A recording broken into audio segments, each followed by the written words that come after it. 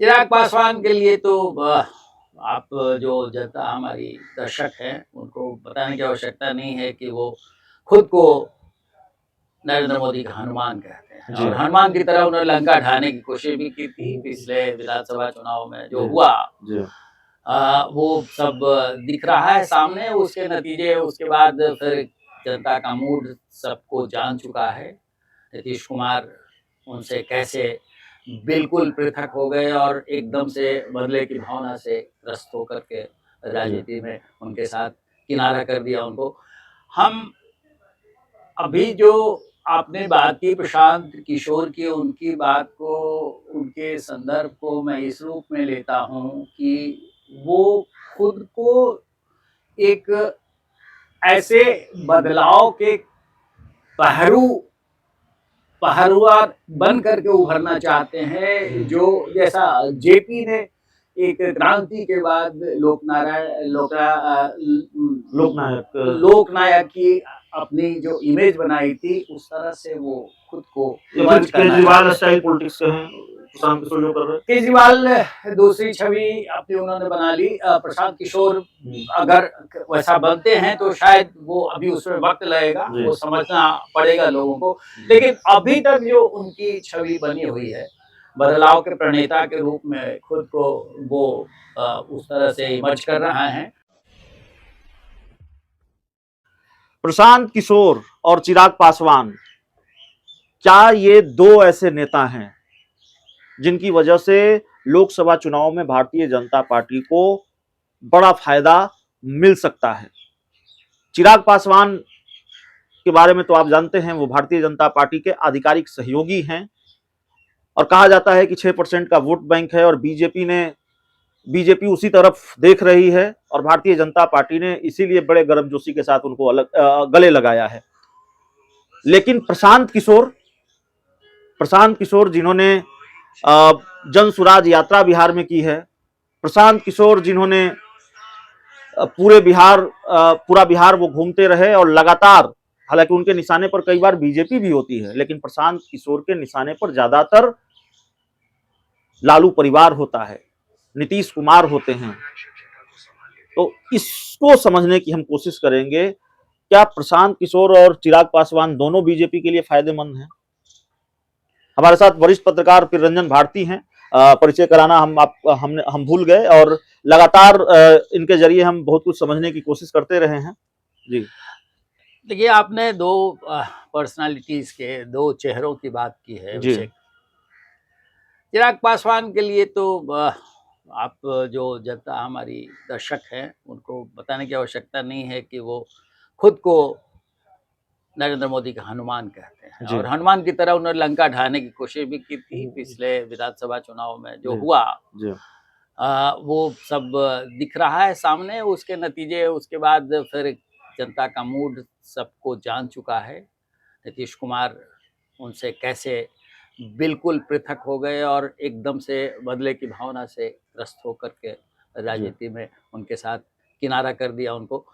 हम अभी जो आपने बात की प्रशांत किशोर की, उनकी बात को, उनके संदर्भ को मैं इस रूप में लेता हूँ कि वो खुद को एक ऐसे बदलाव के पहरू पहरुआ बन करके उभरना चाहते हैं, जो जैसा जेपी ने एक क्रांति के बाद लोकनायक लोकनायक की अपनी जो इमेज बनाई थी, उस तरह से वो खुद को या फिर इमर्ज करना केजरीवाल चाहते हैं। स्टाइल पॉलिटिक्स कहें, प्रशांत किशोर जो कर रहे केजरीवाल दूसरी छवि अपनी उन्होंने बना ली। प्रशांत किशोर हैं। अगर वैसा बनते हैं तो शायद वो अभी उसमें वक्त लगेगा, जी। वो समझना पड़ेगा लोगों को। लेकिन अभी तक जो उनकी छवि बनी हुई है, बदलाव के प्रणेता के रूप में खुद को वो उस तरह से इमर्ज कर रहा है, प्रकट करना चाहते हैं।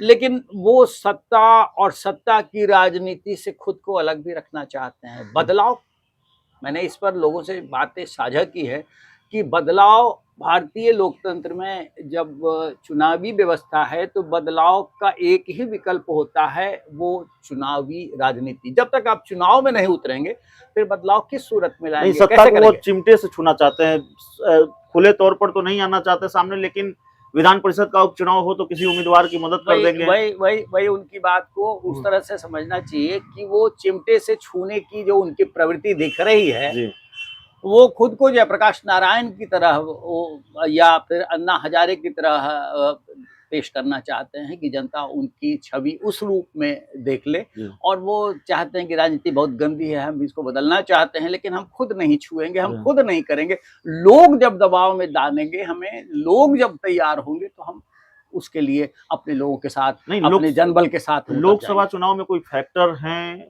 किसी का फायदा, किसी का नुकसान प्रशांत किशोर की वजह से हो सकता है? देखिए, प्रशांत किशोर जिस तरह से आपने ये बात कह दी है कि जिस तरह वो हमलावर हैं, वो व्यवस्था के हम खिलाफ हमलावर हैं। व्यवस्था अभी बिहार में, और ज़्यादा तौर पे वो रणनीतिकार हैं, चुनावी रणनीतिकार। जी, लेकिन उनका जो कनेक्शन है अभी, उनका जो अभियान जन सुराज चल रहा है, वो बिहार पर केंद्रित है और बिहार में गाँव-गाँव घूम रहे हैं। जी, तो ज़ाहिरा तौर पे उनकी राजनीति का केंद्र या उनकी बदलाव की राजनीति का केंद्र जो भी दिख रहा है, वो बिहार है। जी, तो ऐसी सूरत में व्यवस्था तो बिहार में उन्हीं के पास है जो 17 सालों से राज कर रहे जी, हैं। तो हमलावर भले प्रशांत किशोर हों, लेकिन हमले तो नीतीश कुमार और लालू यादव पर ही हो रहे हैं। जी, तो फायदा किसे मिलेगा? भारतीय जो जनता पार्टी को। भारतीय जो ऑब्वियसली निश्चित रूप से उन्हीं के पक्ष में ये जाएगा, और तब वो दिखता है कि प्रशांत किशोर कहीं न कहीं भाजपा की मदद करेंगे, या तो प्रत्यक्ष रूप से या परोक्ष रूप से, क्योंकि हमलावर वो व्यवस्था के खिलाफ हो रहे हैं। चलिए, ये बड़ी जी, बात है। और दूसरा जो आपने जो चिराग पासवान की बात कही है, एक बात मैं और आपके ध्यान में लाना चाहूँगा। बिहार की राजनीति में जो अभी की जनरेशन है, जो युवा तुर्क कही जाएगी, जो जी, युवा नेतृत्व कहा जाएगा, उन सारे चेहरों को आप इकट्ठा कर लीजिए, चाहे तेजस्वी यादव हो, या सम्राट चौधरी हो, या चिराग पासवान हो, या फिर अखिलेश सिंह हो, इन सब के एक साथ जुटा करके आप अगर तुलनात्मक रूप से देखेंगे, तो सबसे ज़्यादा आकर्षण जनता का अगर कहीं हो रहा है, तो वो चिराग पासवान की तरफ दिखता है। उनकी रैलियों में जिस तरह से हठात भीड़ पहुंच रही है, बेशुमार भीड़ पहुंच रही है, वो उनको शायद जनता इस रूप में देख रही है कि ये विकल्प बन सकता है, ये आने वाली राजनीति का चेहरा हो सकता है। चिराग पासवान में ये दिख रहा है, और वो मैं इसलिए कह रहा हूँ कि जी, अगर वो आने वाले दिनों में अगर चुनाव में इस तरह का मोमेंटम बना रहता है, इस तरह की गति बनी रहती है, और वो जिस तरफ जाएंगे, निश्चित रूप से फायदा उसको मिलने चलिए, वाला है। तो फायदा और नुकसान किसको होगा, चिराग पासवान और प्रशांत किशोर की वजह से, इसको हमने समझने की कोशिश की है। वरिष्ठ पत्रकार प्रियरंजन भारती सर हमारे साथ थे इस चर्चा में, इस डिबेट में। इतना ही, बहुत बहुत धन्यवाद।